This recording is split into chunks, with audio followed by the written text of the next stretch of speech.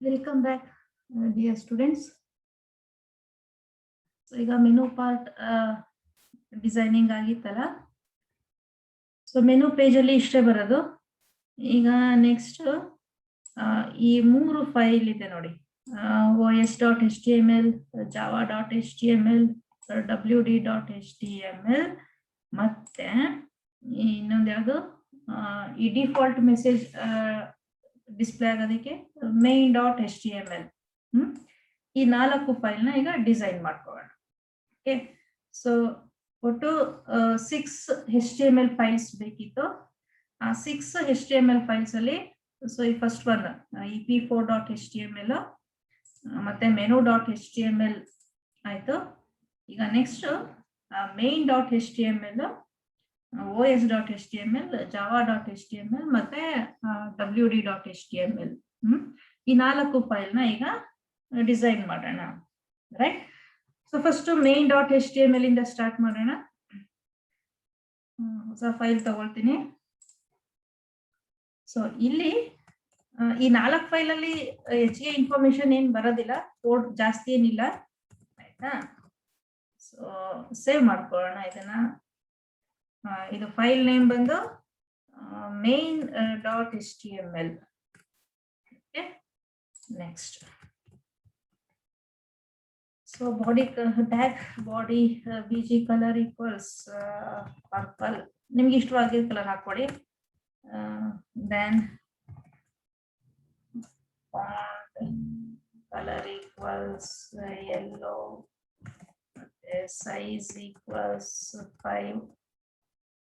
Okay, ಸೊ ಇಲ್ಲಿ this is the main page and content from the link will be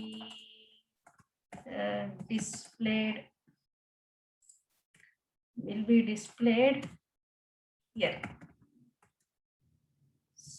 So click the link and see the result. Next ಇಲ್ಲಿ ಅದಾದ್ಮೇಲೆ body tag ನ close ಮಾಡೋಣ. ಆಮೇಲೆ HTML tag close ಆಗಿದೆ, right? So main.html ಈ file ಕೆಲಸ ಮುಗೀತು. ಈಗ ಮತ್ತೆ ರನ್ ಮಾಡ್ತೀನಿ ನೋಡಿ.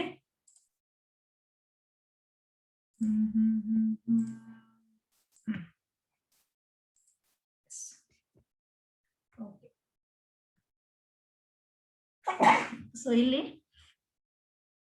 ಡಿಫಾಲ್ಟ್ ಪೇಜ್ ಕೂಡ ಡಿಸ್ಪ್ಲೇ ಆಗ್ತಾ ಇದೆ, ಆಯ್ತಾ, ಈ ರೈಟ್ ಸೈಡ್ ಅಲ್ಲಿ.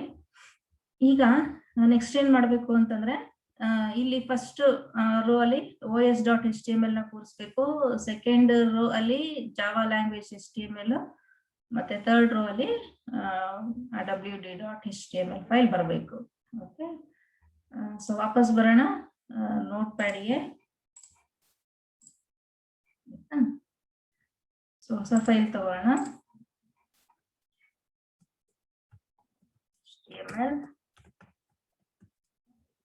ಸೇವ್ ಮಾಡ್ಕೊಳ್ಳೋಣ ಫಸ್ಟ್. ಸೊ ಇದಕ್ಕೆ ಫೈಲ್ ನೇಮ್ ಬಂದು os.html. ಸೊ ಇಲ್ಲಿ body bg colour equals violet. Sorry.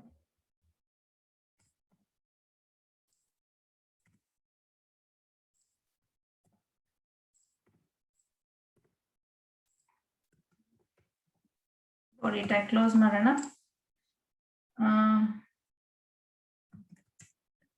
Some information about operating system. An operating system is a system software that manages computer. Operating system definition ಆಗ್ತಾ ಇದೀನಿ ಅಷ್ಟೇ. ಇಲ್ಲಿ ಇಷ್ಟ ಬಂದಿದ್ದ ಇನ್ಫಾರ್ಮೇಶನ್ ಹಾಕೊಳ್ಳಿ ಇಲ್ಲಿ, no problem. Software resources and provides common services for computer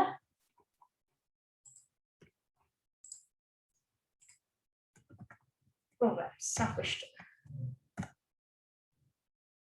ಇದಕ್ಕೆ font set ಮಾಡಬಹುದು using the font tag. Font size equals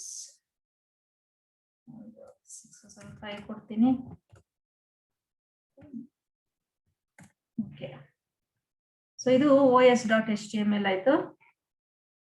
ಈಗ ರನ್ ಮಾಡ್ತೀನಿ ಇದನ್ನ.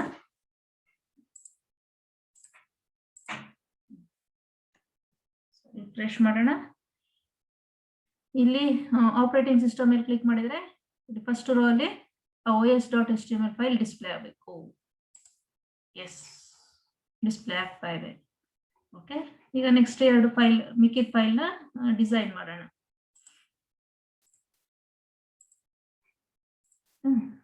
ಸೊ ಇನ್ನೊಂದು ಹೊಸ ಫೈಲ್ ತಗೋಣ. ಇದನ್ನೇ ಕಾಪಿ ಅಂಡ್ ಪೇಸ್ಟ್ ಮಾಡ್ಕೋತೀನಿ ನಾನು. ಮತ್ತೆ ಇನ್ನೊಂದ್ಸಲ ಟೈಪ್ ಮಾಡಕ್ ಹೋಗಲ್ಲ. File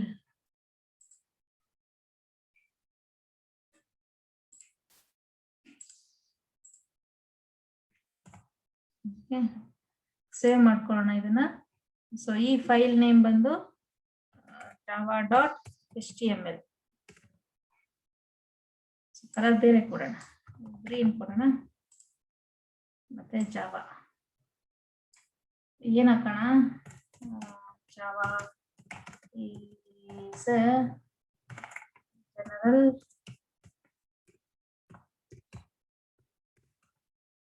purpose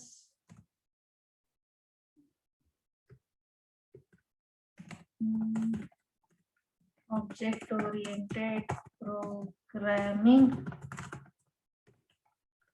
language that is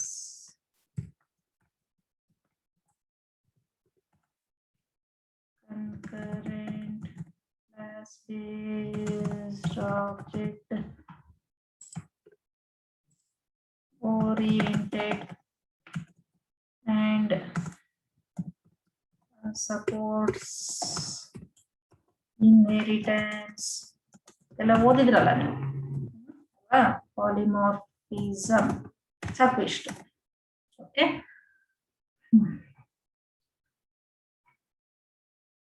ನೋಡೋಣ ಈಗ ಔಟ್ಪುಟ್ ಹೇಗೆ ಕಾಣಿಸುತ್ತೆ.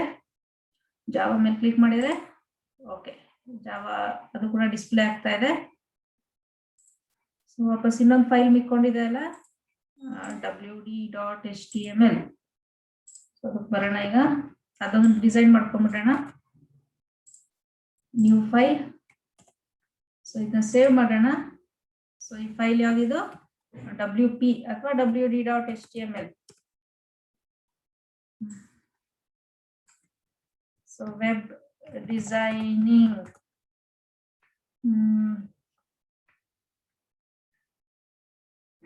ಸೊ ಇಲ್ಲಿ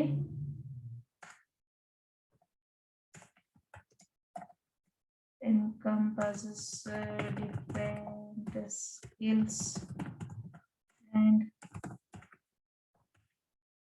disciplines.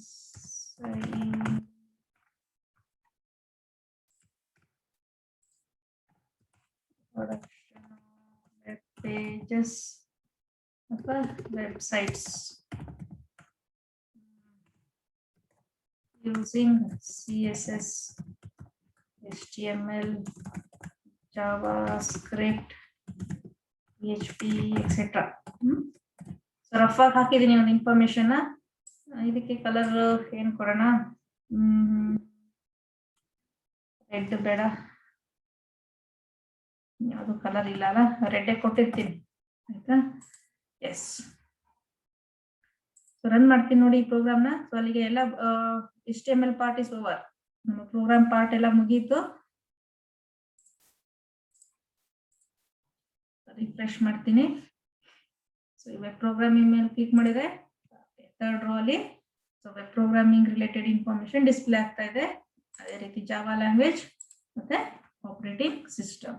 Okay, so very simple program. So ಏನು ಅಂತಂದ್ರೆ ಈ ಪ್ರೋಗ್ರಾಮ್ ಅಲ್ಲಿ ನಂಬರ್ ಆಫ್ ಫೈಲ್ಸ್ ಜಾಸ್ತಿ ಇದೆ ಅಷ್ಟೇನೆ. ನಂಬರ್ ಆಫ್ ಫೈಲ್ಸ್ ಜಾಸ್ತಿ ಇದೆ. ಅದ್ರ ಜೊತೆಗೆ ಇನ್ನೊಂದೇನು ಅಂತಂದ್ರೆ ಓಕೆ, ಇವೆರಡು ಫೈಲ್ ಇಂಪಾರ್ಟೆಂಟ್. ಯಾವುದು? ಈ P4 ಫಸ್ಟ್ ಫೈಲ್ ಇದೆಯಲ್ಲ ಅದು, ಮತ್ತೆ ಇನ್ನೊಂದು menu.html ಇದೆಯಲ್ಲ ಅದು. ಓಕೆ, ಸೊ ಅದು ಎರಡು ಇಂಪಾರ್ಟೆಂಟ್. ಸೊ ಇಲ್ಲಿ ಈ P4.html ಇದೆ ನೋಡಿ. ಸೊ ಇಲ್ಲಿ ನಾವು ಈ ಫ್ರೇಮ್ ಟ್ಯಾಗ್ ಒಳಗೆ ಸೋರ್ಸ್ ಆಟ್ರಿಬ್ಯೂಟ್ ಮತ್ತೆ ನೇಮ್ ಆಟ್ರಿಬ್ಯೂಟ್ ಎರಡನ್ನು ಮೆನ್ಷನ್ ಮಾಡ್ತಾ ಇದೀವಿ. ಈ ಸೋರ್ಸ್ ಆಟ್ರಿಬ್ಯೂಟ್ ಏನು ಅಂತಂದ್ರೆ ಇಲ್ಲಿ ಯಾವ ಫೈಲ್ ಬಂದು ಕುತ್ಕೋಬೇಕು ಅದು. ಓಕೆ, ಮತ್ತೆ ನೇಮ್, ಆಯ್ತಾ? ಈ ನೇಮ್ ನ ನಾವು ಅಲ್ಲಿ ಈ menu.html ಫೈಲ್ ಅಲ್ಲಿ ಯೂಸ್ ಮಾಡ್ತಿರ್ತೀವಿ. ಓಕೆ, ಸೊ ಇದನ್ನ ಕಾಲ್ ಮಾಡ್ಬೇಕಲ್ಲ, ಕಾಲ್ ಮಾಡ್ಬೇಕು ಅಂದ್ರೆ ಇದಕ್ಕೊಂದು ಹೆಸರು ಇರಬೇಕು ಅಲ್ವಾ? ಈಗ ನಾವು ಜಾವಾ ಸ್ಕ್ರಿಪ್ಟ್ ಅಲ್ಲಿ ID ಯೂಸ್ ಮಾಡಿದ್ವಲ್ಲ, ಅದೇ ತರ ಇಲ್ಲಿ ನೇಮ್ ಯೂಸ್ ಮಾಡ್ತೀವಿ, ರೈಟ್?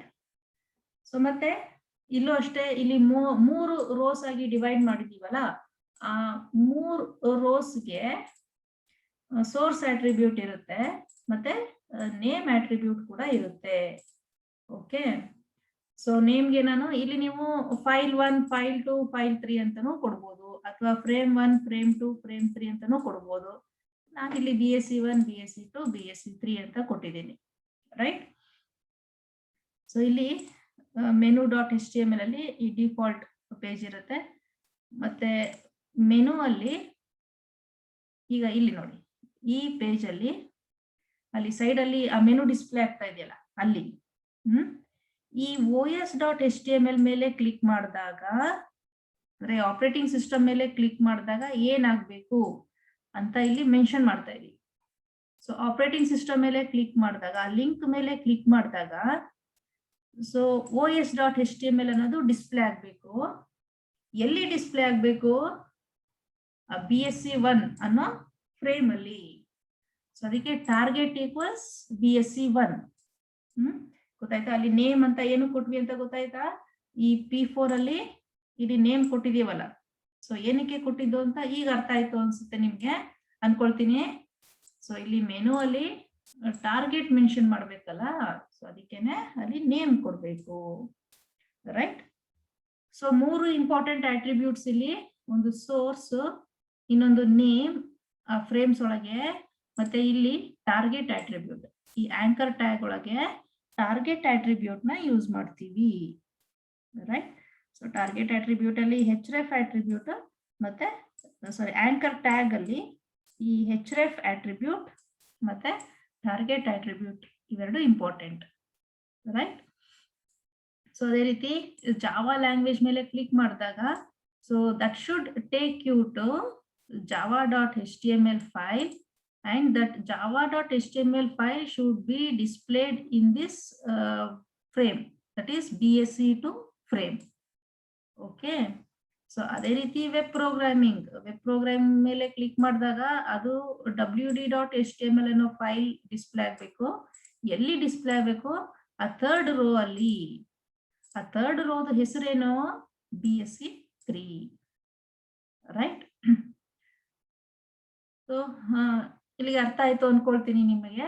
ಆಮೇಲೆ ಇನ್ನೊಂದೇನು, ಈ ಫ್ರೇಮ್ಸ್ ಎಲ್ಲಿ ಹಾಕ್ತೀರಾ ನೀವು? ಫ್ರೇಮ್ ಸೆಟ್ ಅಥವಾ ಫ್ರೇಮ್ ಟ್ಯಾಗ್ ನ ಅಲ್ಲಿ ಬಾಡಿ ಟ್ಯಾಗ್ ಇರಬಾರ್ದು. Okay, so that's all about frames. ಇದು ನಿಮ್ಮ ಲ್ಯಾಬ್ ಸೈಕಲ್ದು 4th ಪ್ರೋಗ್ರಾಮ್, ಆಯ್ತಾ? ಪ್ರಾಕ್ಟೀಸ್ ಮಾಡಿ, ಚೆನ್ನಾಗಿ ಪ್ರಾಕ್ಟೀಸ್ ಮಾಡಿ. ನಾವು ಒಂದಲ್ಲ 2 ಸಲ ಪ್ರಾಕ್ಟೀಸ್ ಮಾಡಿ.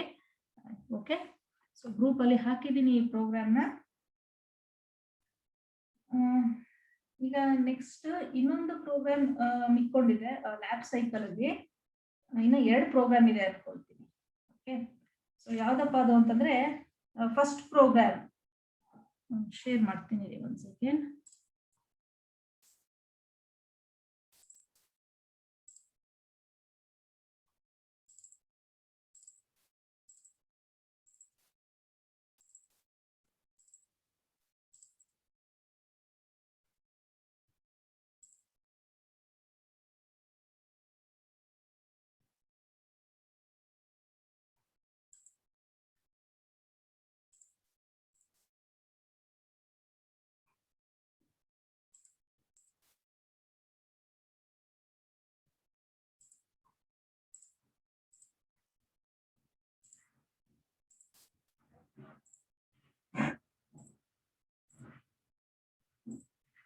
ಎಸ್. ಓಕೆ, ಒಂದ್ 5 ನಿಮಿಷ ಬಿಟ್ಟು ಕನೆಕ್ಟ್ ಆಗ್ತೀನಿ, ಸ್ವಲ್ಪ ಡಿಸ್ಟರ್ಬೆನ್ಸ್ ಬರುತ್ತೆ ಈಗ. ಒಂದ್ 5 ನಿಮಿಷ.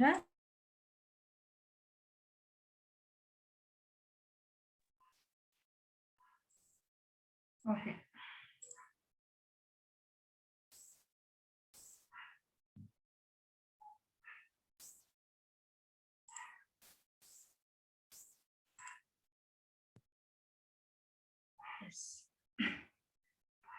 So welcome back.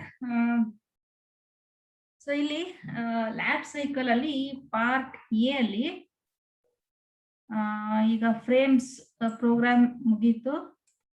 ಮತ್ತೆ ಟೇಬಲ್, ಈ second program time table using table tag, ಇದು ಕೂಡ ಮುಗ್ದಿದೆ. ಅದಾದ್ಮೇಲೆ ನೆಕ್ಸ್ಟ್ ಫಿಬೋನಸಿ ನಂಬರ್ ಪ್ರೋಗ್ರಾಮ್, ಇದು ಕೂಡ ಮಾಡಿದೀರಾ. ಮತ್ತೆ ಇನ್ನೊಂದು ಯಾವುದು, display number and their squares, ಈ ಪ್ರೋಗ್ರಾಮ್ ಕೂಡ ಆಗಿದೆ. ಸೊ ಅಲ್ಲಿಗೆ ಲ್ಯಾಬ್ ಸೈಕಲ್ ಅಲ್ಲಿ ಸೊ ಪಾರ್ಟ್ ಎ ಅಲ್ಲಿ ಒನ್ ಪ್ರೋಗ್ರಾಮ್, ಇದು 2, ಮತ್ತೆ ಫ್ರೇಮ್ಸ್ 3, ದೆನ್ ಟೇಬಲ್ 4 ಪ್ರೋಗ್ರಾಮ್ಸ್ ಆಗಿದೆ. ಓಕೆ, ಪಾರ್ಟ್ ಎ ಅಲ್ಲಿ 4 ಪ್ರೋಗ್ರಾಮ್ ಆಯ್ತು. ಮತ್ತೆ ಪಾರ್ಟ್ ಬಿ ಅಲ್ಲಿ ಬಂದ್ರೆ ಸೊ ಇದು ಕೂಡ ಆಗಿದೆ, develop and demonstrate HTML tag. So ಇಲ್ಲಿ ಏನಿಲ್ಲಿ ಒಂದು ಪ್ಯಾರಾಗ್ರಾಫ್ ಮೇಲೆ ಮೌಸ್ ನ ಮೂವ್ ಮಾಡಿದಾಗ so it should change to some other font and colour, ಈ ಪ್ರೋಗ್ರಾಮು ಆಗಿದೆ. ಮತ್ತೆ ಪ್ರೀವಿಯಸ್ ಕ್ಲಾಸ್ ಅಲ್ಲಿ ಪಾರ್ಟ್ ಬಿ ಅಲ್ಲಿ 3rd ಪ್ರೋಗ್ರಾಮ್ ಕೂಡ ಮಾಡಿದ್ವಿ, ಅದೇ ರಿಜಿಸ್ಟರ್ ನಂಬರ್ದು. ಓಕೆ, ಸೊ ಪಾರ್ಟ್ ಬಿ ಅಲ್ಲಿ 2 ಪ್ರೋಗ್ರಾಮ್ ಆಗಿದೆ. ಪಾರ್ಟ್ ಬಿ ಅಲ್ಲಿ 4 ಪ್ರೋಗ್ರಾಮ್ ಆಯ್ತು. ಸಾರಿ, ಪಾರ್ಟ್ ಎ ಅಲ್ಲಿ. ಸೊ ಈ ಪಾರ್ಟ್ ಎ ಅಲ್ಲಿ ಈಗ ಇದು ಅರ್ಧ ಮಾಡಿದೀವಿ, ಇದನ್ನ ಅರ್ಧ ಮಾಡಿದೀರಾ, ಕ್ಯಾಸ್ಕೇಡಿಂಗ್ ಸ್ಟೈಲ್ ಶೀಟ್.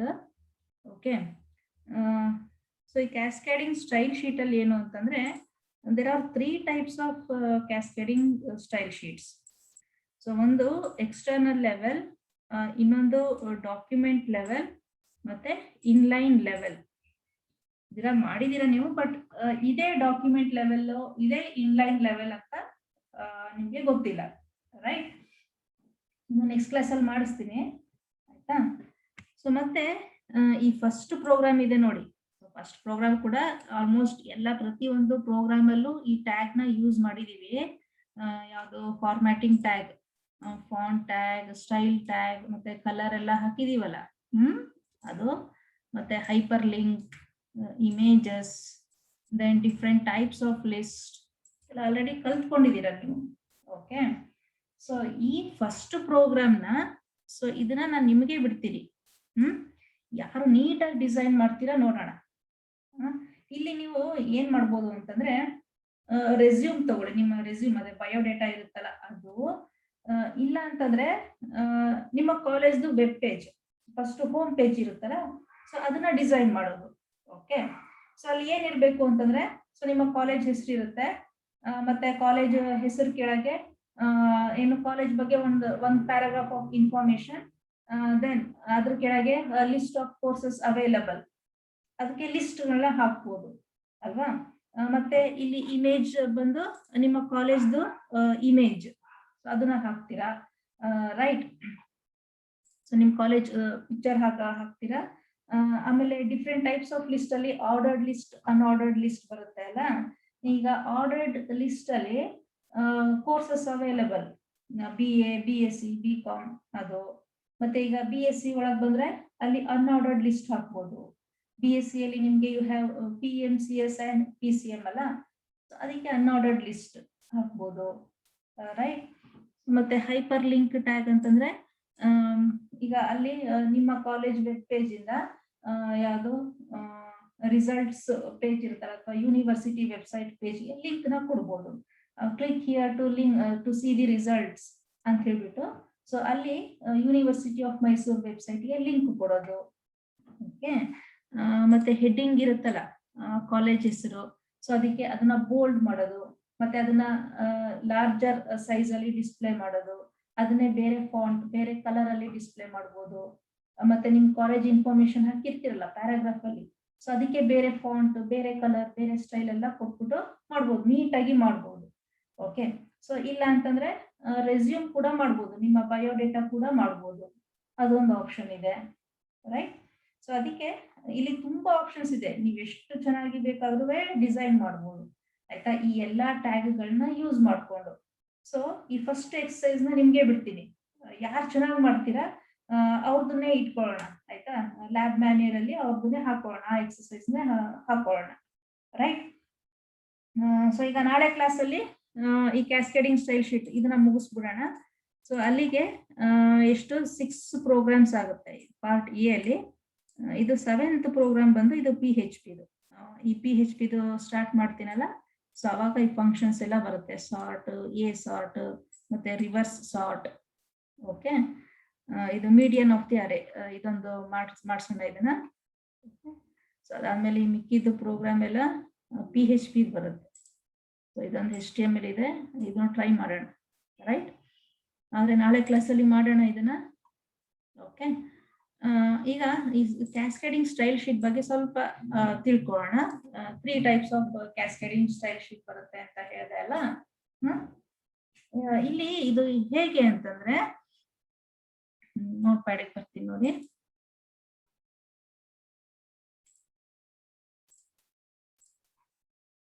ರೈಟ್,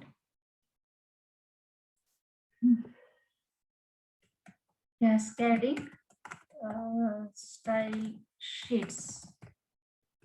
ಇಲ್ಲಿ there are 3 types of cascading style sheet. ಯಾವ್ದು ಎಕ್ಸ್ಟರ್ನಲ್ ಲೆವೆಲ್, ಮತ್ತೆ ಡಾಕ್ಯುಮೆಂಟ್ ಲೆವೆಲ್, ಮತ್ತೆ ಇನ್ನೊಂದು ಯಾವುದು ಇಂಟರ್ನಲ್ ಲೆವೆಲ್. ಓಕೆ, ಇಷ್ಟು ತರ ಕ್ಯಾಸ್ಕೇಡಿಂಗ್ ಸ್ಟೈಲ್ ಶೀಟ್ಸ್ ಬರುತ್ತೆ.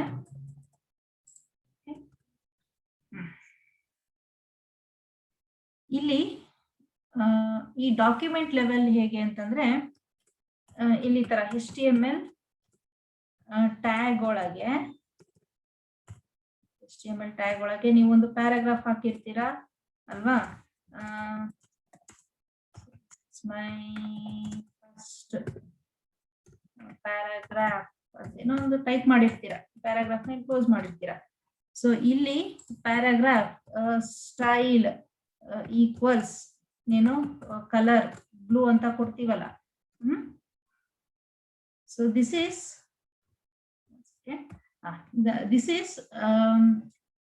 Document level cascading style sheet. ಅಂದ್ರೆ ಇಲ್ಲೇ HTML ಒಳಗೇನೆ ನಾವು ಈ ಸ್ಟೈಲ್ಸ್ ಅಪ್ಲೈ ಮಾಡ್ತಿದೀವಲ್ಲ, ಇದು document level cascading style sheet.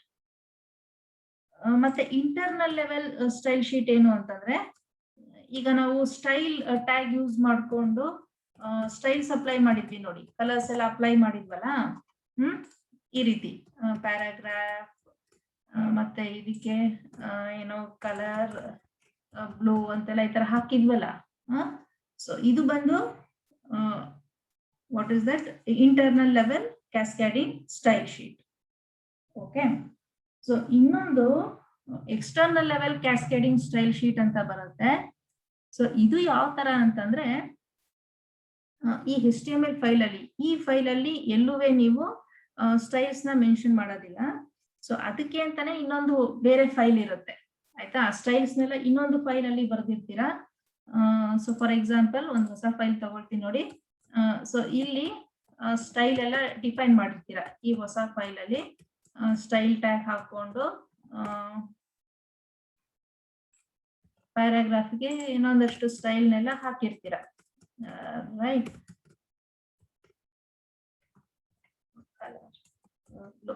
Okay, so ಇದನ್ನ ಏನಂತ ಸೇವ್ ಮಾಡ್ತೀರಾ ಅಂತಂದ್ರೆ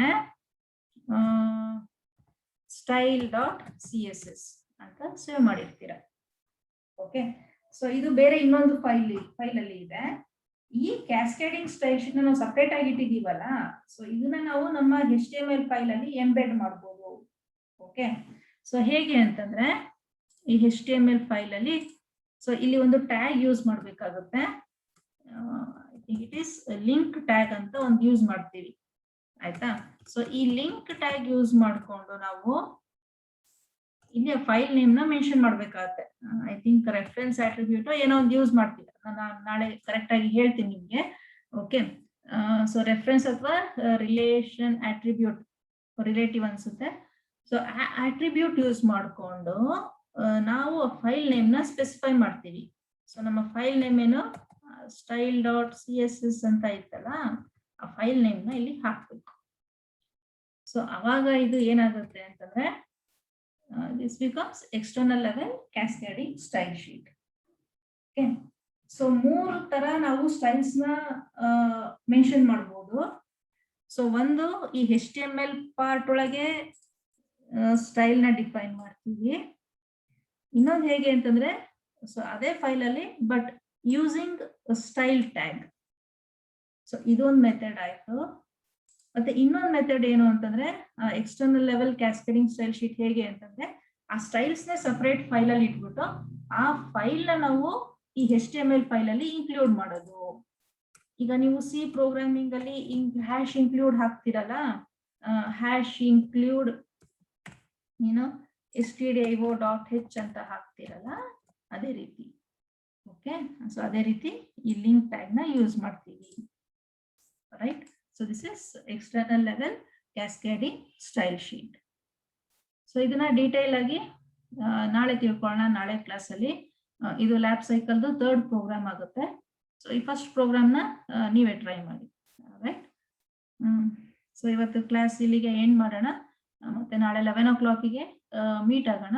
ಸೊ ಇದಿಷ್ಟು HTML ಪಾರ್ಟ್ ಫುಲ್ ಮುಗಿಸ್ಕೊಂಡು ಲ್ಯಾಬ್ ಸೈಕಲ್ ಫುಲ್ ಮುಗಿಸ್ಕೊಂಡು ಆಮೇಲೆ PHP ಪಾರ್ಟ್ ಹೋಗೋಣ.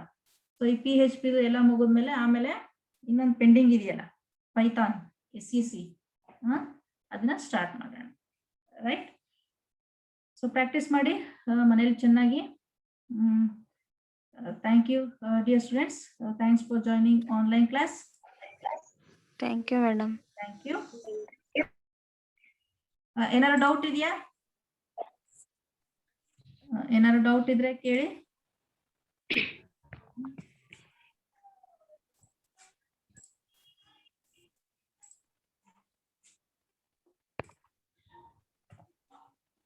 ಏನು ಡೌಟ್ ಇಲ್ವಾ? ಓಕೆ.